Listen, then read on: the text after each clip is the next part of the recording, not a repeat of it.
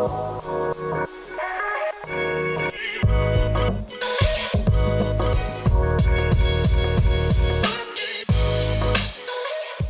everyone, welcome to Operations, the show where we look under the hood of companies in hypergrowth.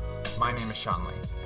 A few months ago, I got a new boss. Her name is Laura, and one of the many exercises we did when Laura arrived was to review all of the leading and lagging indicators of our business. Which KPIs matter? Which ones should we focus on? Should this be a monthly or a quarterly metric? It gave us an opportunity to revisit things that we had taken for granted and to look at the customer journey with a fresh set of eyes. This can be a difficult exercise if you're used to the way things are or you were the one who picked out the original metrics to begin with. But this is a critical exercise whenever a new leader joins your company, especially if you're in the midst of hypergrowth. So I wanted to talk to someone who was in the middle of that exact exercise, someone who was that new leader. That leader and our guest is Allison Metcalfe. Allison is the new Chief Revenue Officer at Demandbase, the account-based marketing company. Interestingly, this is actually a bit of a return to Demandbase for Allison, who first worked at the company from 2011 to 2013. In between, Allison held a number of leadership positions at LiveRamp, where she had roles ranging from VP of Customer Success to General Manager of one of their product lines, to ultimately becoming the SVP of Field Strategy, Productivity, and Partnerships.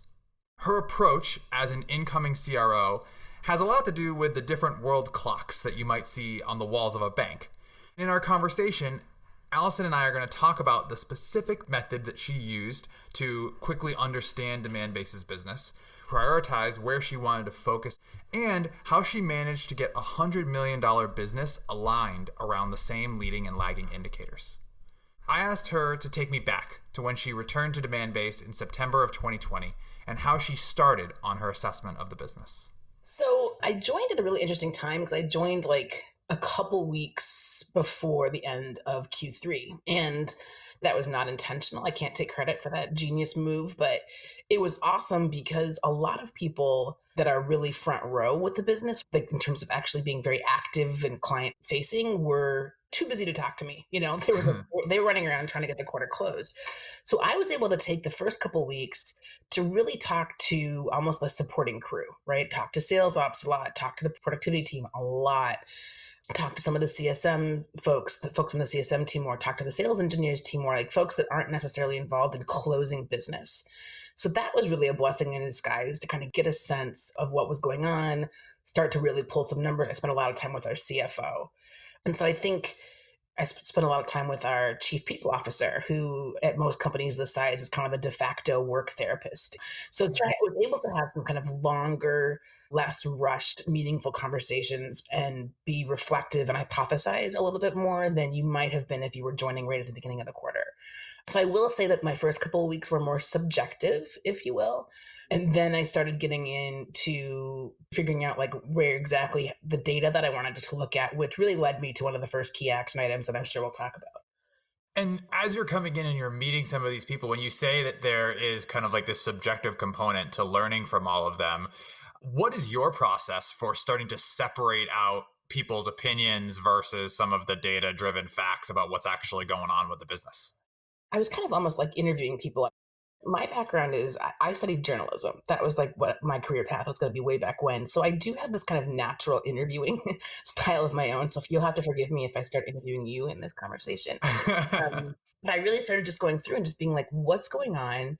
What are our churn reasons? What is your opinion? And if you were me, what do you think I need to do? And I started kind of writing this document where I just kind of first thoughts and things that stuck out at me, sound bites people said. And then I went back and really started to pull the data. And I will say one of the first things I noticed is a lot of people's narrative around churn did not match the churn codes. And then I think one thing that'll be near and dear to your heart is when I went back to people and said, well, it's interesting because I heard a lot of like support is a main, driver of churn, but it's like showing up as 7 or 8 on the list of churn codes. And then the response I got back was, well, the churn codes aren't always right. So I was like, okay, well, we need to make sure that the data is right so we can make good decisions. I think, Demandbase is a really sophisticated company for 100 million in revenue in terms of where they are, but they might not be as data driven as they could be at this point. So that's a big change that we're going to be making.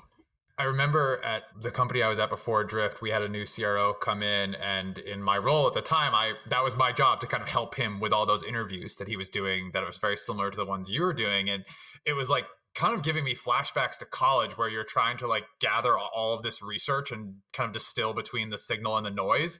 And so I'm curious if you kind of had a similar feeling to that. And as you're trying to separate some of these anecdotes that you're hearing from maybe some misleading data, how do you start to distill that down and say, okay, these are in fact the true priorities, and these are the things that I need to focus on as I'm getting my arms around this business? I have this concept that I think you and I've talked about around the world clocks. And this is really, really important to me. I got this advice from leadership at Salesforce that I was privileged to work with 10 plus years ago when I was there via an acquisition from Jigsaw. But one guy in particular, his name is Doug Landis.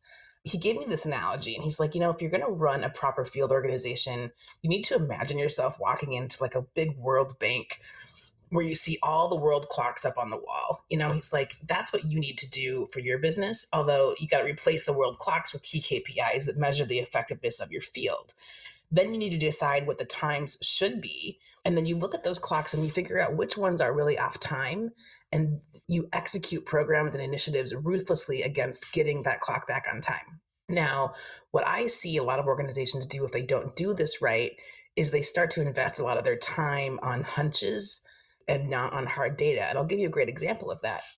Even at my last company, before we got this world clock concept in place, when I poked into what some of the productivity team was working on the customer success side, when I really pushed them on what metrics they were hoping to change, it was all about CSM efficiency, right?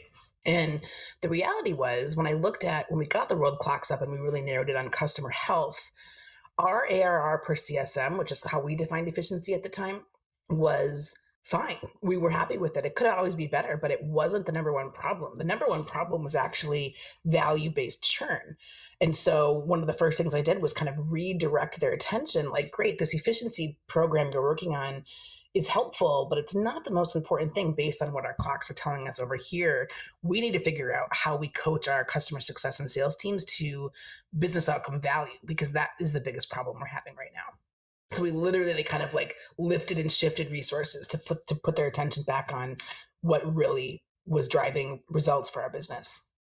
I love Allison's world clocks analogy. And if you're like me, you're probably sitting there asking yourself, what are the world clocks of your business? What are those key KPIs that, given effort and programs, would actually move the needle of the business? I think it's important to call out the language that Allison used here as well. She said that once you decide what the time of each clock should be, you should ruthlessly pursue the work that will get those clocks to the time that you want. To help all of us with our own brainstorming, I wanted to know where Allison and the team at Demandbase landed when they were deciding which clocks to put up on the wall. Yeah, so it's interesting. I spent a lot of time with our CFO, who understandably loves this. And what's really wonderful about it is it's the CFO, it's the CMO, it's myself, it's sales ops, it's FP&A, it's the CEO. It's very cross-functional and customer success leadership.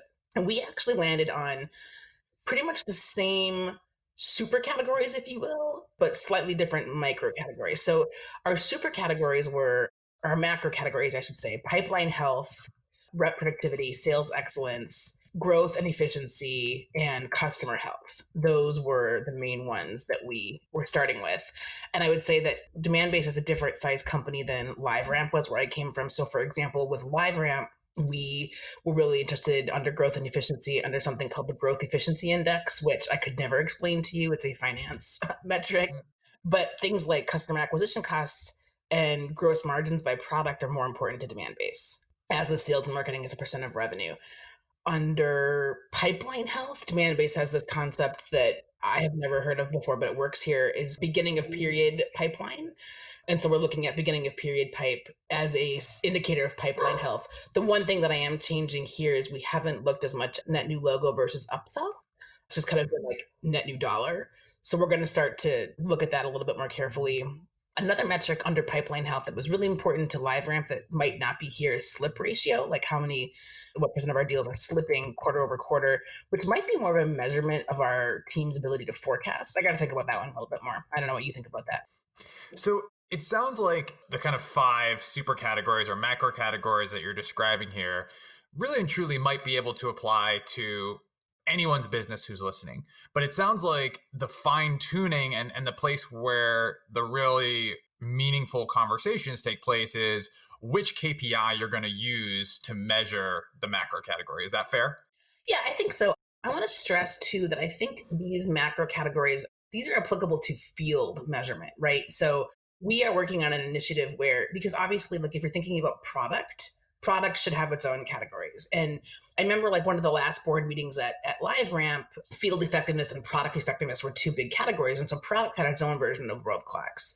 But yeah, but I agree. I mean, where Brian Morris is our CFO, we spoke about the kind of macro categories for all of 5 minutes. All of our conversation was really in the, because there really wasn't much more to add, right? That you could consider.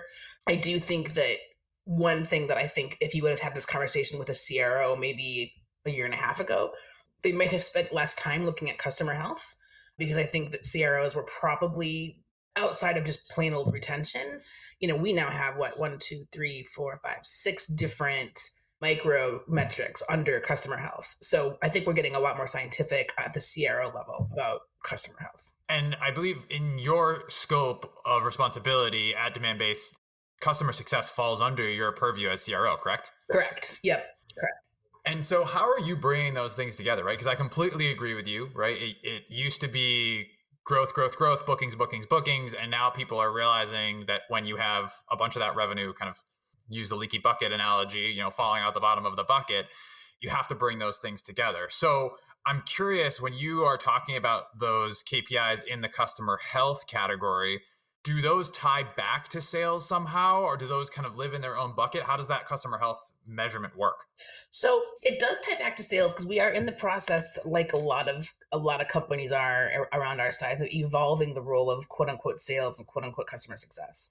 And so I think the other thing that's happening for us that's pushing us to make some changes is we are launching a brand new product next month that's going to be very different from the way that we've operated before. And what I mean by that is, Demandbase acquired a company called Engagio, whereas Demandbase was really focused in the past on advertising and analytics and site optimization. Engagio kind of brings the whole platform together around intent and activation, kind of a total one-stop shop for account-based marketing execution. So it's a true proper SaaS platform, which Demandbase has aspired to, but hasn't totally had this whole time, right? So the new Demandbase is going to be far more like a more typical marketing automation tool in terms of it's what it needs from a support and selling point of view than the kind of API calls and services that Demandbase used to be. So what that means is that customer success needs to get shift to be far more product experts, essentially. And sales needs to shift to be not only thinking about net new logo, but also just thinking about accounts. And so we're at that point where, we're bringing sales back into some of the accounts to actually truly be commercial leads on those accounts, as well as have net new logos. We're kind of kicking around those conversations. Like, can you successfully have people that have both have accounts and net new logos? Or do you need a net new logo team? Is it different between mid-market and enterprise? Those are all things we're kicking around, but sales will have responsibility for retention going forward. And so customer health is extremely important to the sales side of our house as well. I continue to see this trend more and more frequently in the companies that we talk to for this show, where CROs are playing a more active, direct role in the customer relationship post-sale. While this seems like a simple and obvious thing to pair sales with the customer success of what you just sold, growth-minded companies have oftentimes put that growth at the cost of everything else, including customer success. But now, Allison are entering into their role as a CRO with the entire customer journey in mind.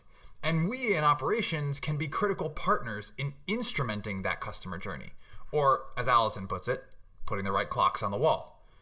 If you noticed, Allison called out 4 or 5 different internal partners that were critical in helping pick out the right KPIs for those clocks. With all of her clocks picked out, though, the logical next step is to prioritize which clocks get the most attention first. And with all of those different partners, all of those different anecdotes she was hearing, all of that new data, How does a new CRO like Allison start to pick out those priorities? Yeah, this is where the fun begins. So I would say in the beginning of this, like when I went through this exercise at LiveRamp, deciding the macro and micro categories took months and months and months. So the good news is Brian and I were able to really agree that we didn't need to like rewrite the world there. We could just leverage that. So we saved ourselves like a good quarter and a half of time because the next phase is like if you can imagine a spreadsheet, I have the rows being the metrics and the columns being the data, but the first column is goal, right? So what is the goal? And again, this is where the fun begins. Now, with LiveRamp, when we went through this exercise, we had attempted to do this like a year and a half ago or something. I just don't think we were ready, but we had actually engaged with some consultants to help us figure out that goal. And it was a really challenging process because they'd come in and they would suggest things, and we'd be like, well, where are you getting that? Why do you have that point of view? And it was, based on ex consultants, client base. And then when we'd push them to give us examples of the customers that were in their client base, they were not companies that we had any interest in comparing ourselves to. Yeah. So then you honestly, I mean, I hate to say this, but this is what happens. You like Brian and I, even when we were talking about this, we started pulling up proxies of public companies that we do either aspire to be like or feel we're similar enough to that we can start looking at. You start doing research, you start asking your board to start poking around because you need to get some benchmarks and some baseline. Some you can say there's industry standards like pipeline, there's the classic, you want 3x of your pipe against goal. Others are harder to determine. And then there's some like I think sales excellence, like average sales cycle and close rate and ASP. It's really just about the trend line, right? So I remember one thing when we did this at LiveRamp was for some of these, the goal was just up and to the right. And so then the outcome was we always had like a graphic to support the data to kind of show which way the trend line was heading. But yeah, like I said, some are industry standard, we all kind of know what renewal rates are healthy and what net retention rates are healthy. We all kind of know the pipeline stuff, but things, I'm even thinking about things like net new logo heads, like or net new logo ads, like that's really specific to us. Ramp time, you want that just going in the right direction. But then there's like sales and marketing as a percent of revenue. I'm really relying on finance to tell me what they want to see here based on pure data. The thing you're making me think about as you're kind of listing off all of these different examples is I would be very nervous in the midst of this process that I have either picked the wrong thing to measure or that I might be too heavy on lagging indicators, right? So I might be too heavy on measuring results. And by the time I figure out that there's a problem, it might be too late to make an impact on this quarter, the next quarter. Do you think about that in terms of the distribution, or I guess the split between leading and lagging indicators in your world clocks? And is there a moment where you might say, oh, I think we picked the wrong thing? I don't worry because this is not the only thing we're going to look at. And I think this is where the partnership with sales ops becomes incredibly, incredibly important. This is like my scorecard, or this is my dashboard that I want to look at quarter over quarter to assess the health of the business and make sure that we're spending our time on kind of broad-based initiatives in the right direction. But within the quarter, I'm always looking to sales ops to tell me what's really going on. So imagine this is like I'm gonna take a swing at an analogy. We'll see if this works. But like imagine that we're in a hospital and this is kind of the patient's chart. Like this is kind of a snapshot in time of how the patient is doing. But we need the doctors and nurses to be constantly measuring that patient and coming and saying, hey man, there's like a spike in something or something's trending down. So a great example of this would be, again at LiveRamp, we have this snapshot in time where we're looking at it on a quarterly basis, but sales ops would come to me all the time and say, hey, I'm a little bit worried about the distribution of upsell versus net new logo and how that's trending this quarter. And we might say, okay, like we need to go and crank the wheel on account planning to try to increase our pipe and upsell, for example. Like there's data that's happening in real time that we need sales ops to really be the finger on the pulse to help us know what's going on. Because you're right, like this is not going to help you understand the business if you only look at this. And then I'll also say to your first point about being worried about these being the right things, like, hey man, like you can change it if it's not meaningful. And if you're not ending up taking any action because of this data, or you're not making, it's like this data should either make you feel good or make you take action. And if there's a data point that's like not eliciting either response, it's probably not doing anything for you. Get rid of it, replace it. I'm so glad Allison set me straight here on my fear of picking the wrong data points. She even said that at her last company, it took them far too long to pick out the right KPIs for their clocks. If you sit paralyzed trying to pick the perfect indicators and never get to actually measuring them, you're not doing yourself or your company any favors. As Allison puts it, sales ops needs to be constantly checking the vital signs of the business and calling out where things might be going wrong so that the CRO and other leaders can be armed with that information. And it's not just singular moments in time either, but also the trends that can jump or dip over the course of multiple months or quarters. You can also get caught up trying to slice and dice your data until you have so many metrics that none of them are even telling you anything anymore. From my experience, it's about picking the least amount of KPIs that can tell you the most information about your business. Start there. This also got me thinking though, how does someone know if their company is ready for the world clock setup? Allison said that they were probably a little premature when they tried this exercise at LiveRamp. So how can the rest of us know if we're ready or not? So I think you need to have senior leadership be willing to embrace the concept of leading indicators versus lagging indicators, right? A lot of companies, especially when they're smaller and really growing really fast, it's really easy to be super outcome focused and just end result lagging indicator focused. And the reality is that is fantastic when things are going really, really well. And it falls apart quickly when you have one off quarter and you have no idea why because you couldn't see it coming. So you really have to get a leadership team that is prepared to take this data seriously and the most importantly, take action on it.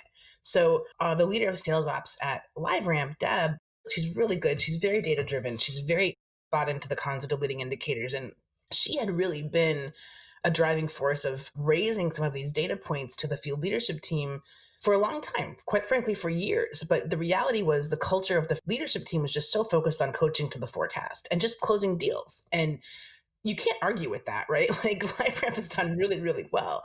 And it was going, but then what's happening with LiveRamp is the stakes are much higher. It's a public company and the growth expectations are much higher and it's much harder to grow, a higher clip on a bigger base than it is on a smaller base. And so there got to be a lot more interest. And especially when some of the numbers started, when we did actually do the analysis and saw some of the numbers weren't quite where they wanted them to be. The good news is at Demandbase, our sales ops is really sophisticated. We have an amazing CFO, and we are really interested in kind of the alignment between sales and marketing. So we're really interested in making sure we measure what matters. And I'm personally extremely bought into working this way. So that's one indicator that this is going to be embraced because I'm driving it. But it really is that simple. Like you need buying, just like anything else though, right, Sean? Like I would use the same analogy for sales methodology training. I'm in this process right now where we're going to bring in an external methodology and put our team through it. And the reason we do that as leaders is because we truly believe that embracing a methodology will make our team better. And so the worst thing that you can do is put your sales team through an entire, a super expensive sales methodology class. They leave that class, they're thinking in a different way. They're thinking about things in a new way. They're applying these methodologies to their opportunities. And they walk into their next one-on-one with their manager and they have the same conversation they've always had. That was a waste of time. They're done. That's over now. So you really need everyone to embrace this is the new way that we're going to manage ourselves. And then you have to hold yourselves to that. It's the simplest thing in the world, but the hardest thing in the world.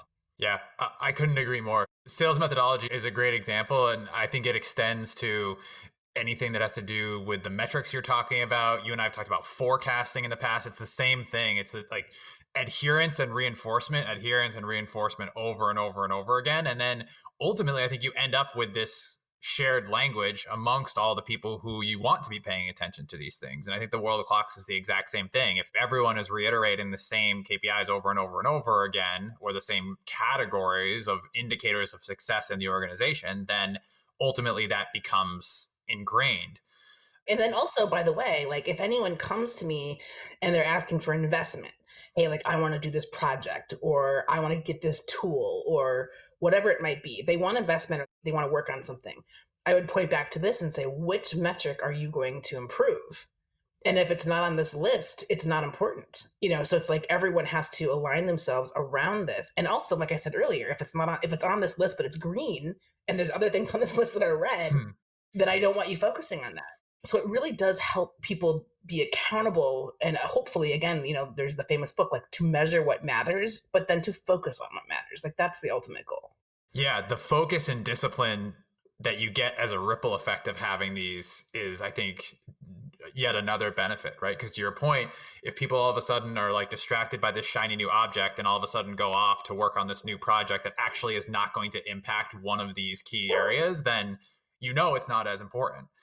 I'm curious, what's at the top of the list right now? What's the clock that you're focused most on right now? So, we're not unique in this, but retention, we definitely want to get better. That is certainly top of list is we've got to prove retention. And I think interestingly, like a subcategory of that is this whole concept of roles and responsibilities between sales and customer success.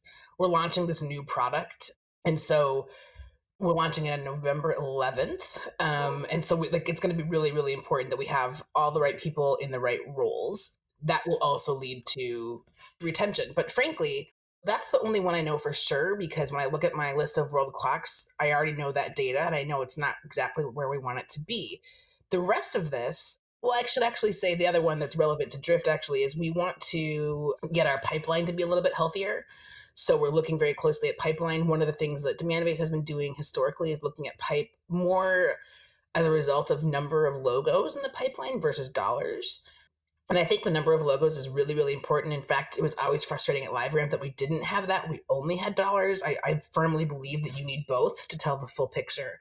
So those are two things, like forecasting pipeline health and churn, I know for sure. The rest, I don't know yet and I will know more next week after we have our first metrics meeting, because we have yet to fill out our goal column. And we're still working on getting baseline data. So I'm still kind of in the discovery phase of where these clocks are going to lead me. That brings up a good point. Is there ever a state of done with these clocks, right? Is it always evolving, or do you reach a point where you say, okay, I feel like I have a good pulse on my business, whether it's the data sources themselves, the KPIs you picked, the macro categories? How do you think about that as kind of like this living, breathing thing? So I don't think he would ever be done because, and again, this really sticks with me, something that Doug Landis said to me when I was getting advice from him. And he was like, imagine if you could make each one 10% better and you could keep making one 10% better. That could be millions of dollars in revenue for your business. So I would suggest my plan is like, let's imagine a world where I live in a sea of green here and every number is perfect. I would not start adding new metrics. I would try to keep my discipline focused on keeping these metrics and never believe that I couldn't get better. And then just continuously, and maybe we have a new category of green, like super green, but like, I just love that concept. It was really empowering to me. Like, imagine if you could make people 10% better, the outcome that would have. And I think even if you're happy with the baseline, you can always be better. Before we go, at the end of each show, we're going to ask each guest the same lightning round of questions. Ready? Here we go. Best book you've read in the last 6 months? I'm going to say it's the book I'm reading now. I'm reading Titan, about John D. Rockefeller. Biography. It's super good. Awesome.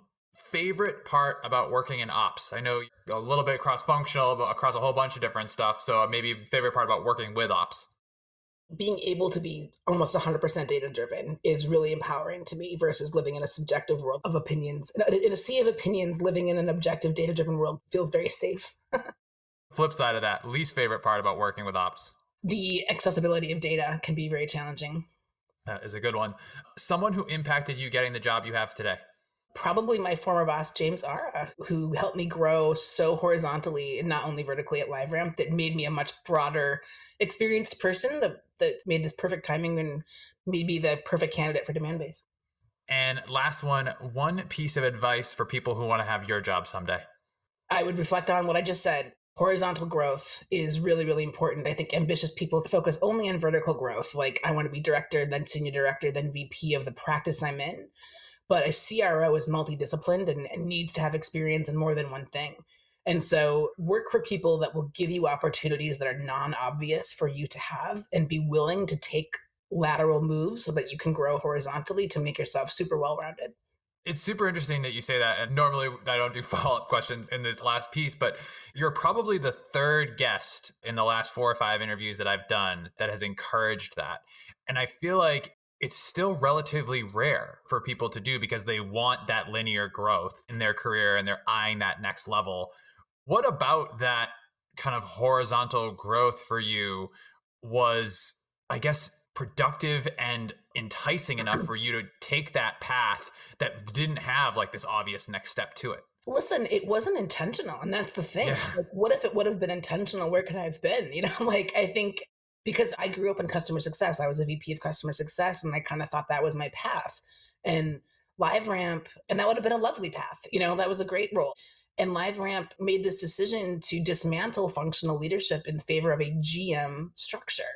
And so that was a terrifying couple of months for me because I wasn't sure where I was going to land. I didn't really have a job, and I did not consider myself someone that they would consider to take on something more than customer success. But we had inherited this TV business from our former parent company that they decided they wanted to spin out and have it be its own thing. And I became GM of that business. And that's where I had to take responsibility for net new logo.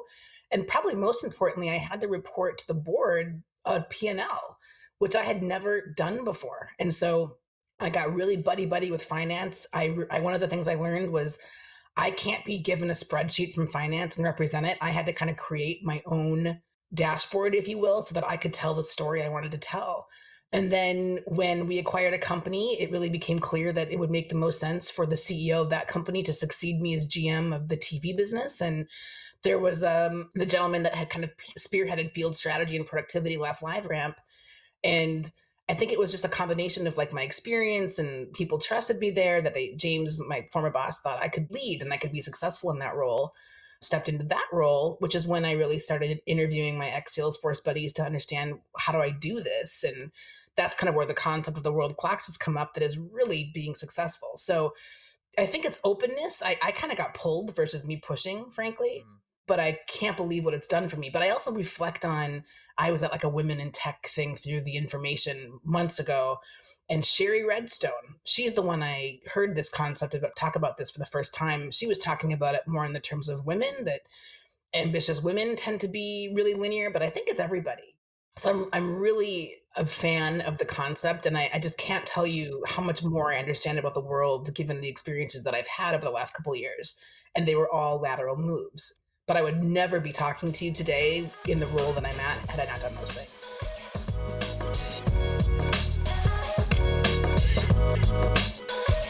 Thanks so much to Allison Metcalfe for joining us on this week's episode of Operations. If you liked what you heard and you haven't subscribed to Operations yet, what are you waiting for? Get it in your feed automatically every other Friday by hitting the subscribe button wherever you get your podcasts. Also, if you really enjoyed the show, be sure to leave us a 6-star review on Apple Podcasts. 6-star reviews only. All right, that's going to do it for me for this week. Thanks so much for listening. We'll see you next time.